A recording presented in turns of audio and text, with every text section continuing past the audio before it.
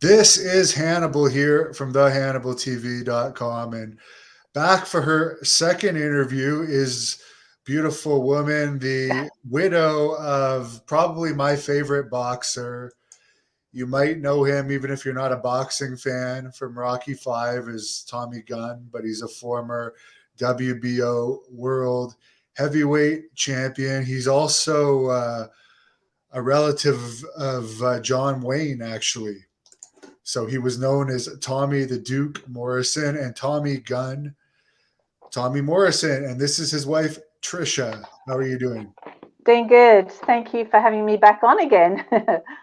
Yeah, no problem. I had to replace my video camera since last time, but I'm glad that you at least started to get your message out on this Yeah. channel. But I know to start off here, I've watched several of your videos now, and hmm I've of course watched many documentaries on Tommy over the years. How did you guys meet? Because you were not a boxing fan and you hadn't even seen him on Rocky. You just happened to be working in Las Vegas or something at the time where he Yeah. was attending an event. Yeah, that's right. Actually, I ran quite a large tour company in Las Vegas, and I handled a lot of tourists coming into Vegas, even from Canada. And I think that's where you're located, right? In Canada. So I handled Canadian Airlines and a lot of the Brits from the UK. So I was in Vegas during that day that Tommy got kicked out of boxing. I did not meet him personally. I didn't get to meet him till quite a few years later in 2009, but I was part of the crowd out there, got to hear everything that the media was saying, and basically they kicked Tommy Morrison out of boxing on February 10th, 1996. So it was a memorable day for me because um, Vegas was a good destination for our tourists. And every time Morrison fought there, I could never get hotel rooms for the tourists coming in. So I didn't really like the Morrison name. And then for him to be kicked out of boxing and then suddenly all these hotel rooms open up, it was like, oh, that Tommy Morrison, he deserved, what he got that day. But of course, the story isn't that anymore. The one thing I remember from it, because I also had an issue, and it turns out, as you said, there was a false positive, but I had a situation with myself in pro wrestling where someone actually assaulted me with an infected blade and gave me hep C, which they actually test for in boxing as well, but didn't for the longest time. And one thing that uh, I found interesting was when they first had him do the rounds to talk about him being positive for HIV. It was like they were almost trying to have him blame it on because he was with a lot of girls. Whereas the truth Yeah. is, if he had actually had it, they weren't even really testing for it back then. So he could have just as easily caught it from somebody else in the ring. So I thought they were kind of like almost forcing him to say originally that it was from women. So the whole thing seemed a little bit strange. Yeah, the whole thing is very strange. In fact, you bring up a good point about the testing for HIV and hepatitis C, which obviously you were involved in. What year was it that you got hepatitis C? What year was that? I was found positive with it in 2009, but I was actually turned down my WWE contract because when I did the medical, that's when they found it. And I was actually told that if I had been hired 10 years before, it wouldn't have even been a factor because Yeah. it was something new that they were testing for. So I was thinking the same thing. They probably weren't even testing in at least every state for all of that stuff with your ex or Yeah. your husband. Yeah, yeah, you're absolutely right, Hannibal, because during that time, a lot of the commissions did not test for it. And one of the things that I found out in these 10 years is that actually the Nevada State Athletic Commission were not legally allowed to be testing for HIV or hepatitis C.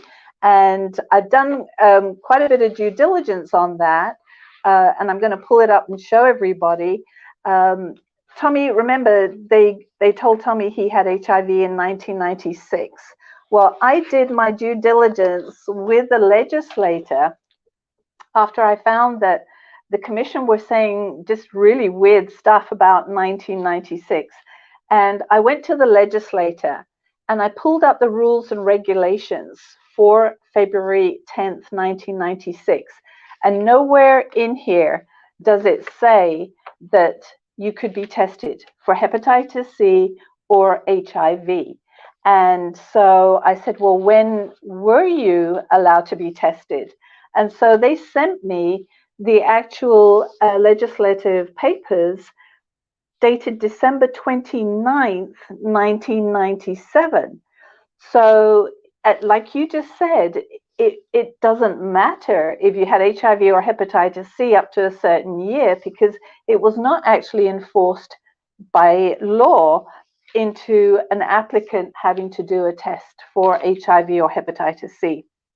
So every time throughout this 10-year lawsuit that I've been in against the Nevada Commission, they kept saying, well, he violated a statute, NAC 467.027, Section 3B, and that is why we did not give him a license. Well, it took 9 years in this lawsuit for the commission to actually confess that NAC 467.027 Section 3B did not exist in 1996. So there was no reason for them to have tested him nor denied him a license, because the physician in Vegas actually found him physically and mentally fit to box that day, because that's all you needed. You needed to pass a medical, as you probably know from your experience in the sport, right? Yeah, before there would just be an athletic commissioner that would take a blood test, or not a blood test, but your blood pressure, and Yes. see like how fit you were that day. It was part Yeah. of the boxing promoters, or even wrestling, because wrestling was covered under the same commission as boxing for a Yeah. while before they went public as entertainment. So it was just the athletic commissioner would have a representative that would examine you. And it was a joke because half of the time, especially in wrestling, they would actually buy medications from these commissioners that they didn't necessarily need as well. Right. Yeah. Yeah. So, you know, the thing is that there is an act in Las Vegas called the Administrative Procedures Act. And again, this is all stuff that I've had to research and learn. And the commission have to abide by this act. As a government agency, remember they have a .gov business license, they have to abide by the Administrative Procedures Act before they can enforce a rule for the boxers, or for any sport, in fact. And they did not abide by the Administrative Procedures Act, because had they have done, they would have found out that when you take tests like HIV or hepatitis C, or in fact COVID tests, you can have a false positive and you can have a false negative. And that's something that the commission actually confessed again in this 10-year lawsuit, is that they were not aware that you could react false positive in those tests. Yes, I don't know how it is with HIV, but you could have a test for Hep C, for example, that indicates you've been exposed to it. Yeah. But it doesn't necessarily mean you have it. It'll just show up that you have the antibodies. The antibodies, yes. The virus might not be active. So there could be something similar. Was there even steroid testing in boxing in those years? I'm not sure what year they started doing that. Yeah. No, there wasn't. No. So you could obviously take steroids, which a lot of them did in those days. But there's this court document here, and again, these are all available in the court records, where it's document 140, page 15, and the commission say Morrison failed to comply with NAC 467.027 Section 3, and as a result was not issued a license. So that was dated 18th of April 2016. And then in 2020, on February 25, 2020, I caught them. And I told them, but you didn't have that rule in 1996. And their response in court records is granted. In other words, we confess, but they word it granted. The 1996 version of NAC 467.027 only provided, in other words, only made a boxer establish that they were physically and mentally fit for competition. And that was filed by the Nevada Attorney General's Office on February 25, 2020. It's docket number 318, page 4, line 15 to 16. So then they go on to confess. The administrative code was not changed until 1997. In other words, they're trying to put retroactive a law in this 10-year lawsuit to show that they were justified in not granting Tommy a license back in 1996, but they got caught. And then they go to say the earlier form of the regulation was never raised during the litigation. In other words, I should have spotted it a lot earlier, and I guess people should have spotted that in 1996 as well. So they got caught, Hannibal. Now, Matthew Granahan, the King of Connecticut, has a question, and I was going to ask this anyways. The big thing was a lot of people reported his death, that he actually passed away from AIDS, but he didn't pass away from AIDS. Maybe you could explain that to people exactly how he died. Yeah, that's right. Well, of course, remember that they're basing his death on the fact that in the media that he was diagnosed with HIV in 1996. Okay, that's what they're basing it on. If you look back at the media, you'll see, oh, Tommy Morrison was diagnosed with HIV on February 10th, 1996. He was kicked out of boxing and has died now at this age on September 1, 2013 with AIDS, which under normal circumstances, you know, if HIV did progress to AIDS, then you could be justified in saying that that person had HIV and then that turned to AIDS. But in Tommy's case, unless you dig into it, and unless you spend 10 years digging into it, you will find that he did not die of HIV or AIDS because of a diagnosis on February 10th, 1996. Because right now, and I'll go through the documents with you all, is that there never was a diagnosis in 1996 of HIV AIDS. So the history of HIV now, there is no history going back to February 10th, 1996. But I will tell you what he died of. So people, and it is a good question, you know, so if Tommy Morrison did not have HIV or AIDS, what did he die of? And people die from various reasons. And there is no reason why Tommy Morrison could not have died of something other than HIV/AIDS, especially now that we find out that he was never diagnosed with AIDS. What Tommy Morrison died of on September 1, 2013, he died of cardiac arrest, septic shock, septicemia, and multi-organ failure. He was put into a medically induced coma 24 hours before he died, and he never got out of that coma. Why we went down that path was nothing to do with HIV/AIDS. In 2011, he came out of jail. He was put in jail for a felony fugitive warrant of arrest, supposedly for marijuana. It turned out to be a bogus felony fugitive arrest. It turned out to be an $80 unpaid fine from South Dakota. But for some reason, he ended up in jail for 30 days. and was extradited from one state to another. And he ended up in Wichita, Kansas, which is where I am now. And when he was finally bailed out of jail in Wichita, Kansas, he came out with his chest hurting. And so I took him immediately to a physician in Wichita. The physician's name is Dr. Ossio. And the physician, and he's written a document here, and it's in court records, said that the visit on September 29th, 2011, was a result of an insect bite, probably a spider, that had occurred a few days prior to his visit on the 29th.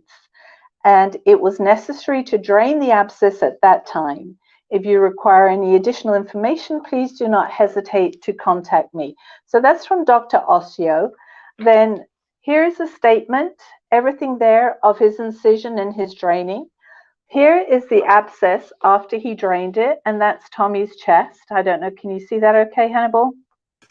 Yeah, I can see it. And he did have chest implants or something, right? Did that have anything to do with the It infection?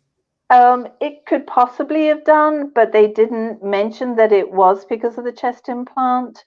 Um, it was basically the insect bite, and after they did surgery on him, they actually took out major and minor pec muscle. And this is what his chest looked like when he came out of hospital. And there was a piece of gauze over there that the home health nurse had to change. So she took off the 4x4 piece of gauze, and I said to her, but there's something still in his chest. And she said, no, no, no, that's all I need to do is just change the gauze. And I said, no, there's something in his chest. So I even go, and these are real photos, right? I even go as far as getting one of those flat tongues and showing her, no, there's something right there. And so she looked into his chest. And I'm going to reenact it because people need to know exactly what began the downfall. Here is Tommy's chest, and just sticking out was just a very fine piece of thread. And so the nurse pulled on it, and she pulled on it, and out came all this gauze from Tommy's chest. And here I have squished all the gauze up in like a tissue box so you can see, but this was all in Tommy's chest. It was actually 12 foot of surgical gauze. It was covered in blood clots, and it came out of his chest while he was sitting on a stool in the kitchen. And after the nurse pulled all this out, she then collapsed on the sofa. I had to take care of her, and a friend of Tommy's had to take care of Tommy. But this is everything that came out of his chest, and the surgeon had left it in there for 8 days. A 1-hour surgery with 1 day outpatient turned into an 8-day inpatient. And when we came out, 12 foot of gauze had been left in Tommy's chest without any documentation. This is Tommy's chest after the gauze came out, and you could literally put your whole hand in his chest right there.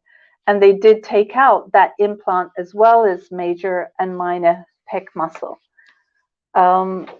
It took about a year. Hospital after you took that out, or did you just think we got to take this out and he'll be all right? I'm sorry? Did he go back to the hospital after you guys removed that to find out why they left it in there? We didn't. No, the health, the home health lady, she then changed the outside gauze, and that wound remained open for a year because it had to heal from the inside out. This is a picture of it exactly 1 year later after surgery, and you can see there is the scar right there. But that day that she pulled it out, that night, Tommy on the way to our bedroom, his right leg gave way, which would be the same side as his chest wound, and his head went just straight through the bedroom wall, and he fell on his neck on the side. And that was the beginning of the 21 months of downfall, where we were in and out of hospital because of septic shock. And people will say, Hannibal, well, why didn't she file a lawsuit against the surgeon? Well, the surgeon was advised that he had left 12 foot of gauze, and I did file papers with the medical advisory board in Tennessee. They lost the first round of papers. I had to file the papers again. Remember, we're in and out of hospitals. Here I am trying to file papers against the medical advisory board against that surgeon. And in the end, they said, you're out of time. Statute of limitations. I'm sorry, we can't do anything about that. And that was the beginning of the 21 months of downfall, nothing to do with HIV/AIDS. And it wasn't just like a little piece of gauze like this that, you know, the media make it out to be. It was as thick as this surgical gauze. And he fought it. He fought the septic shock and septicemia, but the antibiotics for the septicemia just didn't work. And so he passed away on September 1, 2003 because of that. So what is your plan of your current fight now? You mentioned a 10-year lawsuit earlier. Is there an ongoing lawsuit related to the false allegations of HIV where you think that he should still get the contract that he lost due to those false positives, or what is the lawsuit regarding? You know, it was a very interesting 9 to 10 year lawsuit. It started in Vegas in federal court, and then it went to the Ninth Circuit Court of Appeals, then it went to the Supreme Court, went back again to federal court in Nevada, went back again to the Ninth Circuit Court, and went back again to the US Supreme Court.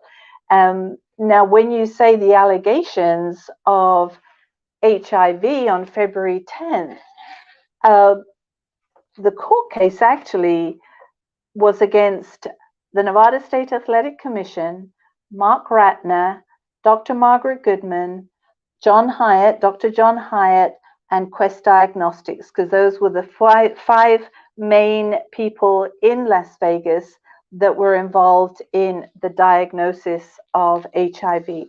Well, come to find out, and it hasn't been a waste of 10 years, basically everything is now memorialized in the court of law that there was no HIV diagnosis on February 10th, 1996. I've got some documents here. Would you like me to go through them with you? Sure, yeah, why not? Yeah, okay. Well, first of all, I just want to show you, I think we're all familiar with Magic Johnson, and that's his physician, Dr. David Ho, right? And there was no picture like this at the podium with Tommy and Dr. Ho. I've got here some records that have been signed by the Nevada State Athletic Commission, Mark Ratner, and I don't know if you have that video that you can show where supposedly Mark Ratner is the one that tells Tony Holden that Tommy had HIV. Do you have that? There's 5 videos. Let's just go through them now because one of them might be that one. Okay, go. I didn't sugarcoat it. I said, Tommy, there's no other way I can tell you, but you tested positive for HIV. And is it? Okay, so that is Tony Holden, who actually had a contract with Don King for that fight that night. He was not contracted with Tommy or the Nevada State Athletic Commission. So that is the person that told Tommy he had HIV. Okay. Maybe 3-4 years ago, I saw him in Vegas, and he was at the craps table. And I told him I'd consider making a comeback, and he told me, he looked me right in the eye. He said, Tommy, he said, keep digging. Keep digging. Now, That struck me as odd. I don't know. So that's Tommy talking directly to Mark Ratner, who's the executive commissioner, who's the one that supposedly told Tony Holden ringside that Tommy had HIV. And Tommy here is talking to Mark Ratner, saying that he's wanting to do a comeback, which would have been 2007. And Mark Ratner is saying to him, keep digging, Tommy, keep digging. I knew I was right, and I was telling everybody about it. Everybody thought I was crazy. And I knew I was right. And now all these years later, people are going to finally find out that I was telling the truth and that I wasn't lying, that I'm not crazy. And so you can imagine, you know, the type of vindication I'm going to get once this is over with. So there is Tommy for years, since 1996, trying to fight this himself, being ridiculed by the media, basically told to just go away and die. And he actually doesn't know any of this information that I have found and is memorialized in court records. 2 pieces of paper. One was just a medical exam, you know, where you have, you know, your heart rate and all that sort of stuff that they do there. But there was no results of the blood test. So there you go, Hannibal. I think you mentioned that when you went for medicals, that's all you had to do. You know, the heart rate, it was the physicals and stuff like that. So that's all there was. There never was actually a result from a lab that said anything that he had HIV. And this last one is for the last boxing promoter he worked for, where he was actually approved to fight based on the record. So here it is. Hi folks, it's Corey Williams. I was Tommy's last opponent in Laramie, Wyoming. I was also the promoter on that show. To get him approved, we partnered with the Colorado Athletic Commission and went to a lab of his choice. The commissioner then was Mr. Joseph Mason. At that point, you know, the blood was drawn. I watched it come out of his arm with the commissioner. We walked with the nurse to the pathology lab to deliver the blood, watched the complete chain of custody as they checked it. They tested for HIV on the spot, which was negative. They sent off the remaining balance to another pathology lab to do an RNA DNA test, which is how they check for the virus itself. That test also came back negative. That is why he was able to continue to fight. If you guys would take the time to go back and look at his autopsy, you will find that there was no traces of HIV, AIDS, or even hepatitis in his system. So every one of these tests and all these false reports are just that. They're false. It's Corey Williams. I was Tommy's last opponent. Yeah. So that I found that really interesting, and he. I knew I was right, and I was telling. Sorry, that was an accident. That's okay. Yeah, the more we hear it, the better. So coming back to 1996, you know, where does the diagnosis come from, right? So one of the documents, I basically ask Mark Ratner, you know, where's your license to practice medicine to deliver a diagnosis ringside on February 10th, 1996 to Tony Holden in the absence of Morrison? He was not there, and his attending physician. And his response is that he is not licensed to practice medicine and did not deliver a diagnosis on February 10th, 1996 ringside or at any other location to Tony Holden and others. So who's actually diagnosed Tommy?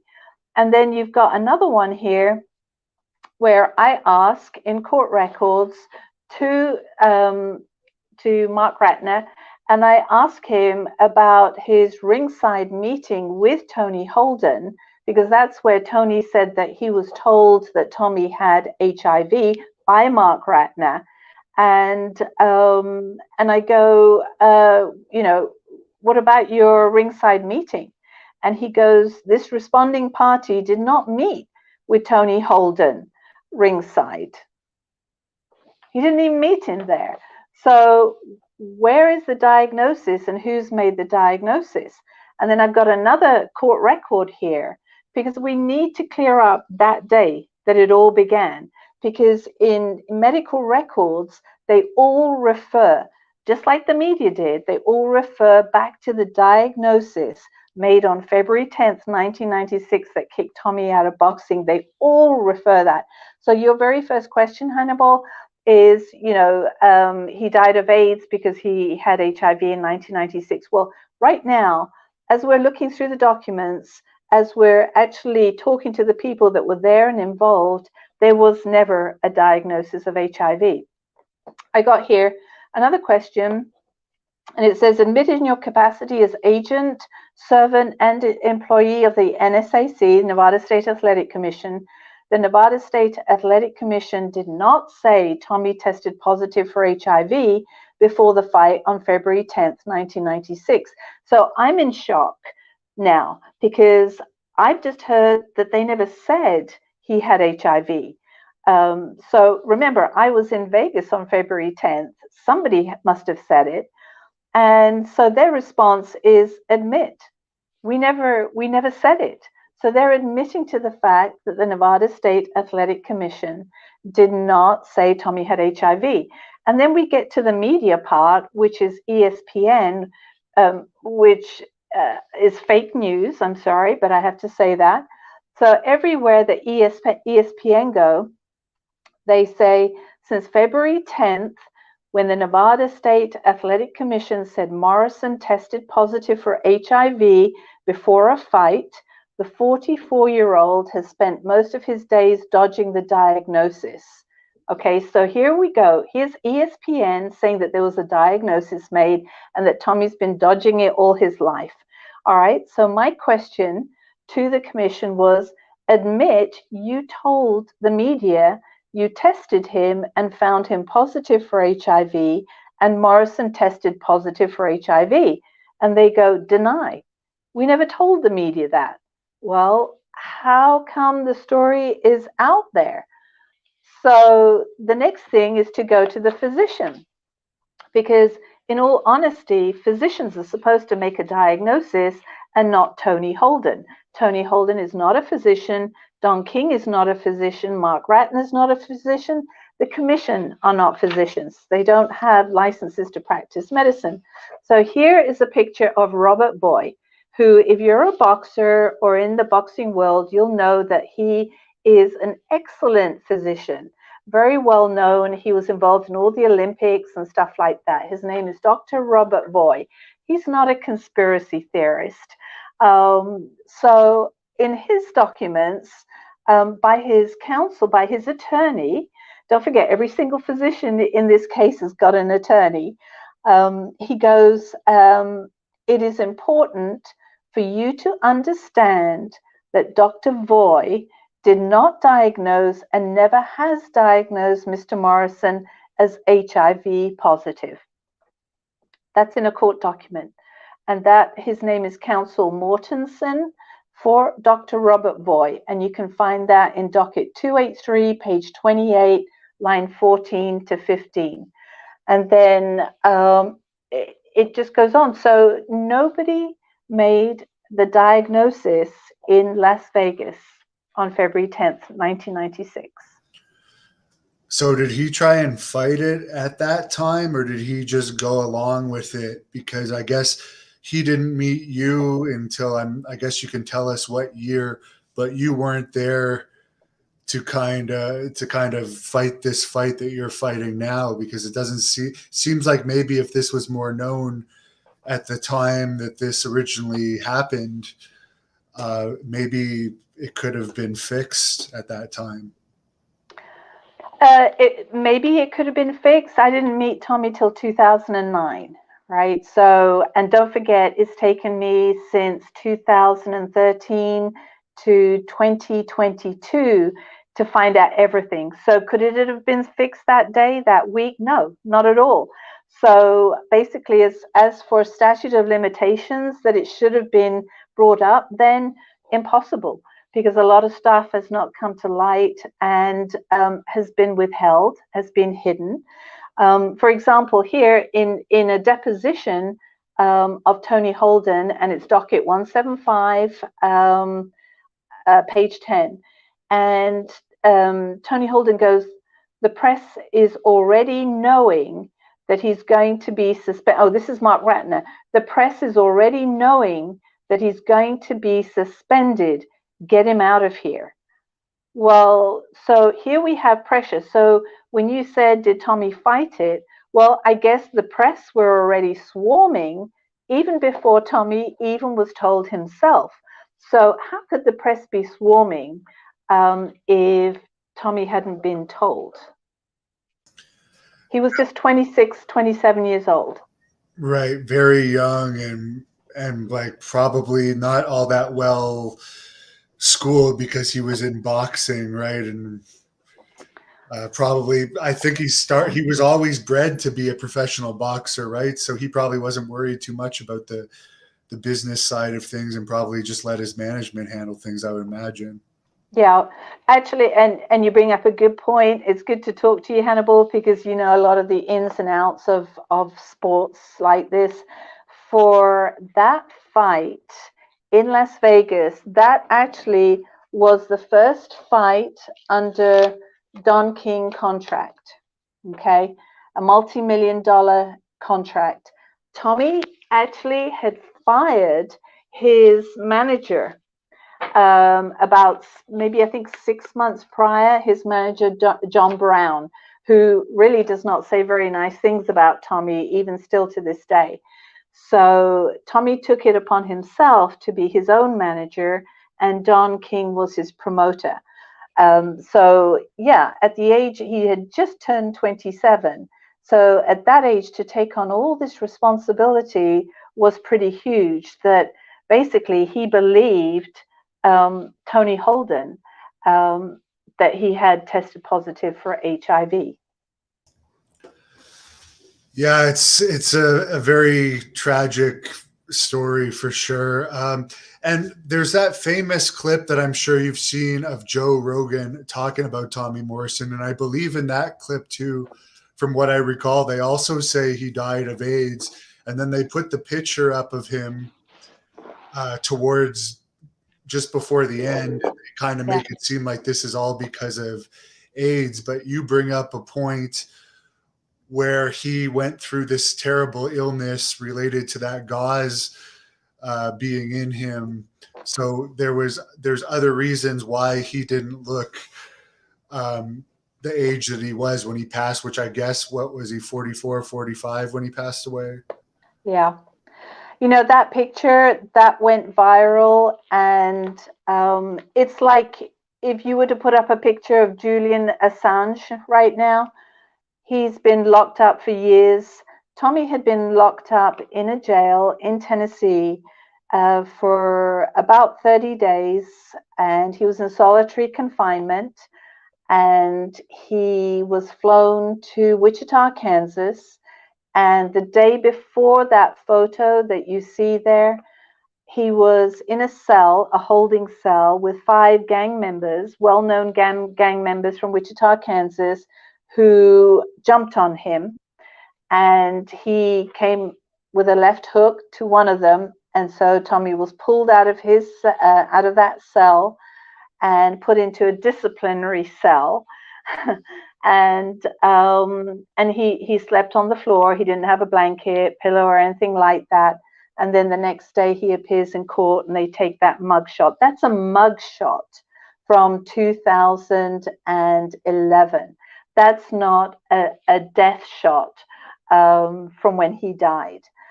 So they probably didn't even let him shower for a couple of days if he was in the disciplinary cell either, because I've heard what those are like, and you have very few things you can do in those cells, and showering is definitely a privilege that you wouldn't be awarded.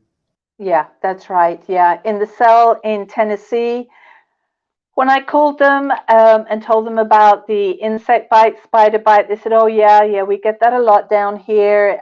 Usually ticks or spiders." And I said, "Well, if you find somebody sick in your jail, do you not take care of them?" And they wouldn't give me the medical records there, but I did get the medical records from the Wichita cell, and they provided no medical help at all whatsoever to the spider bite on Tommy's chest. Yeah, and Tommy wrote a few letters to me from jail, and basically saying that he did not feel good in there, and he was in there 23 hours a day, and that the 1 hour that he was let out of jail, he didn't have the energy to do anything other than, make a phone call to me and then go back and sleep. And he said literally he lost about 25, 30 pounds during that 1 month in jail. And yeah, he looked awful.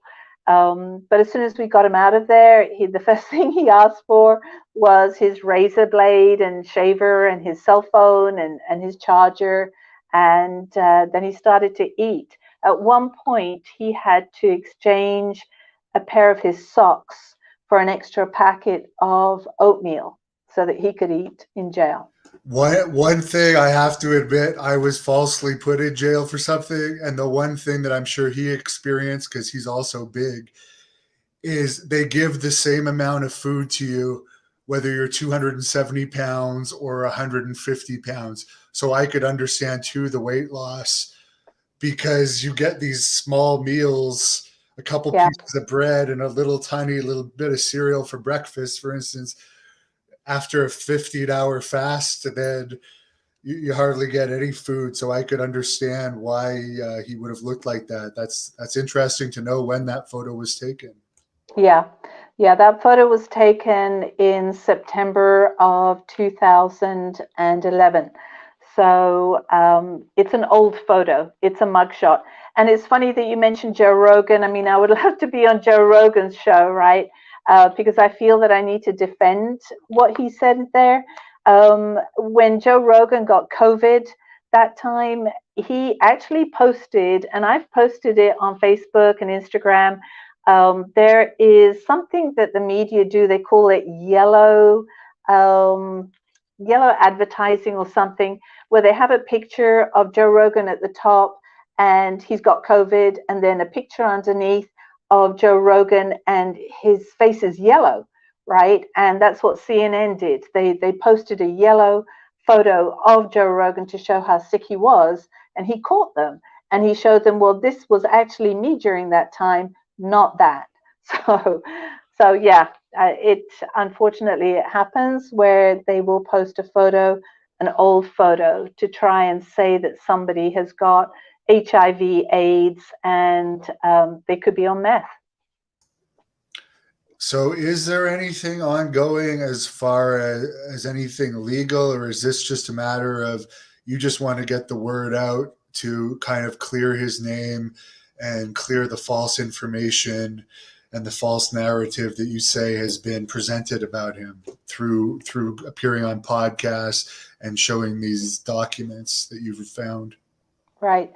Well, the statute of limitations is what got me on this case against the Nevada State Athletic Commission, Dr. Margaret Goodman, Mark Ratner, Quest Diagnostics, and this John Hyatt, the statute of limitations. But also at the same time, after 10 years, none of them diagnosed Tommy with HIV. So as far as the legalities go, I got what I needed. There's nothing further that I can do in court against these people, because here, another court document, it says state defendants, neither the state defendants nor Quest Diagnostics ever diagnosed Mr. Morrison as carrying the HIV virus.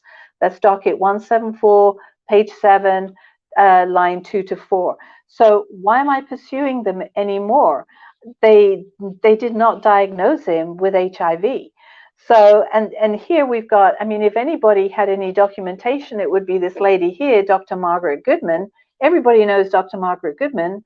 She's the lady in charge of VADA, Voluntary Anti-Doping Association. I even questioned her and I said, admit you can provide a document that confirms the diagnosis of the virus HIV in Tommy's blood on February 10th, 1996. She says, deny. No, I can't provide anything. So as far, again, as legalities go, I have a mountain of evidence here directly from physicians that did AIDS defining disease tests on Tommy and also HIV to try and find HIV, which in scientific terms is retrovirus. And no, they can't find him. And it's all recorded in the documents. So yes, the story, the true story about Tommy Morrison is what's next on the agenda. And by doing interviews and then getting a team together, which is starting to happen, to get a movie out for Tommy on the true story is what's next in the agenda. But there could be something else. The case is not dismissed. Okay, it is closed. It's not dismissed. In fact, the judge in Las Vegas, Judge Richard F. Boulware II, who was the fourth judge on this case, all the others recused themselves for one reason or another. He closed the case, but he did not dismiss it. So some of the things I've been working on in the last 4 weeks is that Quest Diagnostics Council filed a disc in court, and that disc apparently did not contain all the pages that came directly from the hospital facility in Nebraska, because I have since then got my own backup of what should have been on that disc. And what Quest Diagnostics did is they conveniently left out Tommy's postmortem. And that postmortem is what shows that he did not have HIV upon death. So that might open something up. Yeah, because in Canada here, there is a statute of limitations, but there's also something where if you find some new information that wasn't known before, then they can go the statute of limitations from the time that you knew this information that wasn't available before for Yes. whatever reason. But Yes. I have to wonder, since the Rocky franchise has exploded, and of course he co-stars with Sylvester Stallone in Rocky 5, which is an underrated one for sure. Did he end up making more money in the movies in the long run through residuals and everything than through boxing? Very interesting question. I would say that had he received his residual checks during his darkest years, which were the years that he was kicked out of boxing, that perhaps yes. But for some reason, and I do know who it was, the checks never got to him. They were his signature was forged, and they were banked in that person's bank account. So I think that the movies could have made him some money, and he was definitely interested in going into the movies again. And in fact, John Gotti Jr. had approached him just before Tommy was thrown into jail in 2011 and had wanted him to feature in a movie that he was putting together on his father, In the Presence of My Enemies. And of course, because Tommy ended up in jail and then we ended up in hospitals for the next 21 months, that never came to fruition. Yeah, it doesn't sound like he had the best advisors throughout his years, because obviously if he had pursued the acting more right off of the Rocky 5, there probably would have been more opportunities. But it's amazing to me that he still won the world championship after that, because it's very hard to box at a top level and get all this fame and still have the energy to actually train, because you've become a mega star and your ego gets big. And I actually saw in one of his documentaries, the only fight he ever really fully trained for was the George Foreman. Foreman. He dedicated himself to. But it's incredible that fame didn't go to his head and he was still able to box at the top level for years later, where Ronda Rousey, it happened in UFC, Mike Tyson, when Yeah. he lost to Buster Douglas, the fame had gotten to him, and your husband was a huge star, but he managed to still produce in boxing. So it's pretty impressive. Yeah, yeah. I mean, he would say it himself that he was a natural at boxing. And in fact, he says that of his son, Kenzie Morrison, that he's a natural, if he stuck to it. He would often laugh at people saying, when he heard that his manager was the one that had created his left hook, he would look at me and he'd go, "No, that's not right. I did that. I practiced my left hook in the back of the garage, and that was my left hook." So, but remember, he was only 20 years old, 19, 20, when he did Rocky Five. He was just a spring chicken, right? And there's no reason why he couldn't have continued doing his boxing and acting after that. But as far as advisors go, yeah, and I maybe this is something that the commission needs to look at. Managers need to be licensed, promoters need to be licensed, so do advisors, in my opinion. Advisors are not licensed. So, where are their qualifications to advise? And looking at all the accounting that I have here of his fights, I know exactly how much he made off every fight. And I know exactly how much his promoter made and also his manager made. So at that time, 33% going out to your manager, that's an awful lot. And then you still had to pay taxes and everything. So those advisors didn't really advise him. Although he had two really good people for the George Foreman fight. One of them was Steve Lott, who was a historian who unfortunately passed away last year. Great guy. He knew everything about boxing. And he was also with Mike Tyson during his career, along with Bill Caton. So Bill Caton and Steve Lott were two very good people for Tommy, and he trusted them so much. And they certainly made sure that he trained for the George Foreman fight.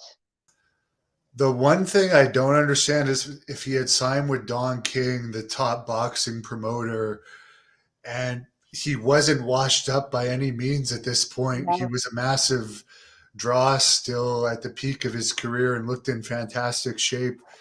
That Don King wouldn't have fought more on this if there was so many questions, because to Don King, that's a big money maker right there. So that's the one thing that I find a little unusual. Did you ever understand why he didn't, or did you think he was part of this whole situation? You're asking really good questions again, and I think that's because you know the business. I did try to contact Don King. I tried on 3 various occasions after Tommy passed away, and his gatekeeper kept on hanging up on me, and so I kept calling back, right? And she said, I asked to speak to Don King, and she said, "Well, no, you're recording this phone call." And I went, "No, I'm not," and I wasn't recording the phone call. She said, "Yeah, I can hear clicking in the background," and she kept hanging up on me. So after 3 hang-ups, I thought, okay, why isn't he wanting to talk to me? So, and why in the 10 years has he not come up and said, "Oh my goodness, Tommy Morrison did not have HIV on February 10th, 1996. He should have been able to fulfill this multi-million-dollar contract he and I had." But not a word, Hannibal, not a peep from him. Let me just show you a couple of other documents, and then you can decide for yourself, right? So the opponent on February 10th, 1996 was a guy named Arthur Stormy Weathers, right? And Arthur Stormy Weathers was under contract with Don King as the promoter. So during this lawsuit, the commission file 3 exhibits. Exhibit 0102, which is a letter to the commission from Don King Productions. And it's basically saying 2 flight cancellations for this Arthur Stormy Weathers. One being the 10th of February, that he couldn't fight on that day. And the other one being a cancellation of a fight for the 24th of February, which probably should have been Tommy's fight, right? So here's an exhibit reminding the commission that Arthur Stormy's couldn't fight. Then there's another exhibit that's again to Don King, and it was produced by the commission. So both the commission and Don King had this, and it's a letter from Arthur Stormy Weathers' manager, basically, and I've posted this out there, everybody can read it, and it's basically saying that Arthur Stormy Weathers is not able to fight Tommy on February 10th because his physician says he cannot fight because of a bad sinus issue. And this is coming from Arthur Stormy's manager to Don King. All right, so, and that's February 2nd. So that's a good 8 days before the fight. So typically, if somebody pulls out, then they get somebody else to fight. Kind of like Hasim Rahman, who just fought some guy that was 100 pounds more than him with a week's notice, right? So those things happen today, and I'm sure they happened back in the 90s as well. And then the other exhibit is 0104, which is the actual physician's note saying that, you know, Arthur Stormy Weathers cannot fight for the next 2 to 3 weeks. And then there is the contract, Don King and Arthur Stormy Weathers, which is signed on the 9th of February. So in other words, the commission doesn't really care whether a fighter or opponent couldn't fight, and neither did Don King, because they still went with the photo shoot of the weigh-in on the 9th of February. Did they know that on the 10th of February that the fighter that was going to be suspended was Tommy Morrison? So is that why they went through it? Is that why they didn't get an opponent, another opponent for Tommy? Who knows? Then the other thing that Don King should have realized, being his promoter, is that that medical release form, here's the exhibit, and this was produced by the commission as well, has a signature on there, basically allowing Tommy to release all his medicals. And the thing is, it's not Tommy's signature. And the date is fudged on the corner here. And I had a professional forensic document examiner go through the signature, and the signature looks more like it's been created by Tommy's ex-manager.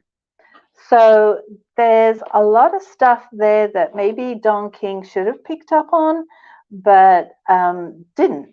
And then you've got the physician who did the weigh-in, and here he's saying, I've examined the above named person, find them in physical condition to engage in boxing contest or wrestling exhibition for the above date.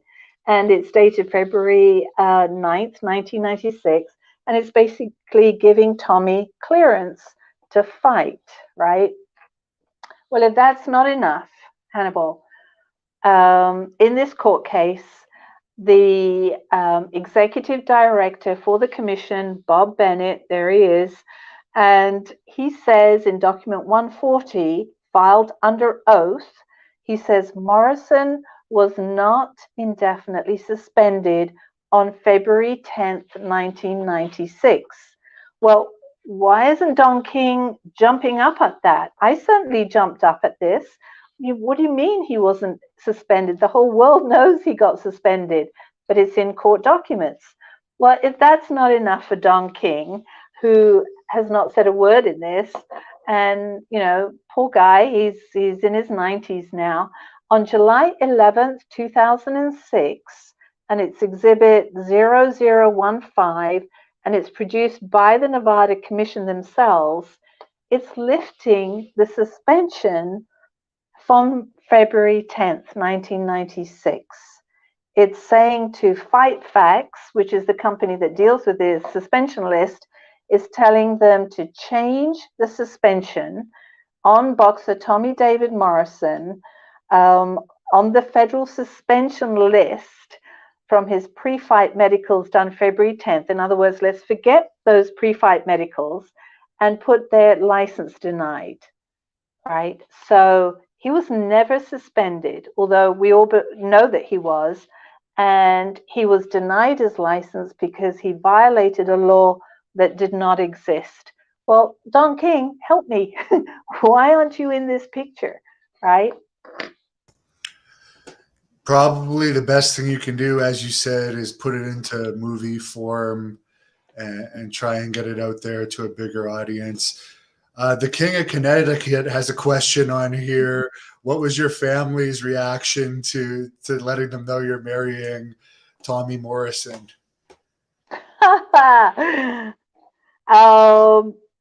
Okay, now my family, which are in the UK, they knew Rocky Five after I told them who it was that I was marrying, right?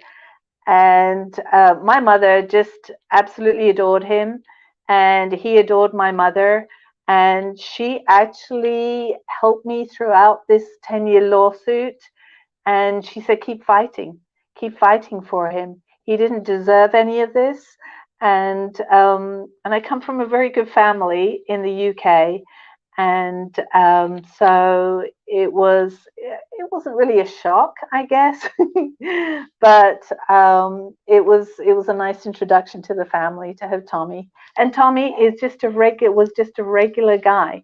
He was very, very kind, very funny, and as he often would say, just because I'm a boxer, that doesn't mean that I can't walk and talk and chew bubble gum at the same time. He said, I'm very good at that.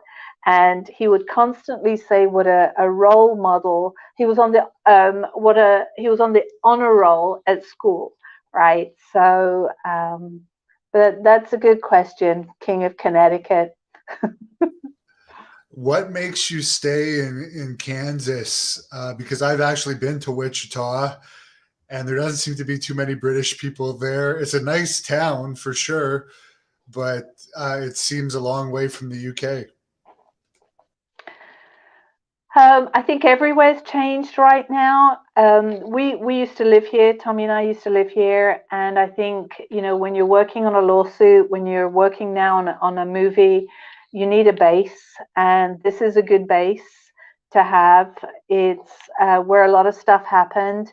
Tommy put a gym together here at one time. We called it the TCB gym, and it was in an area where underprivileged kids were, and where there was a high crime. So there's a lot of, I would say, memories here, but Wichita has an airport. So I do go to the airport and I do fly out of here quite a bit. I think living back in the UK is not for me now, but I can certainly travel there and back again. Yeah.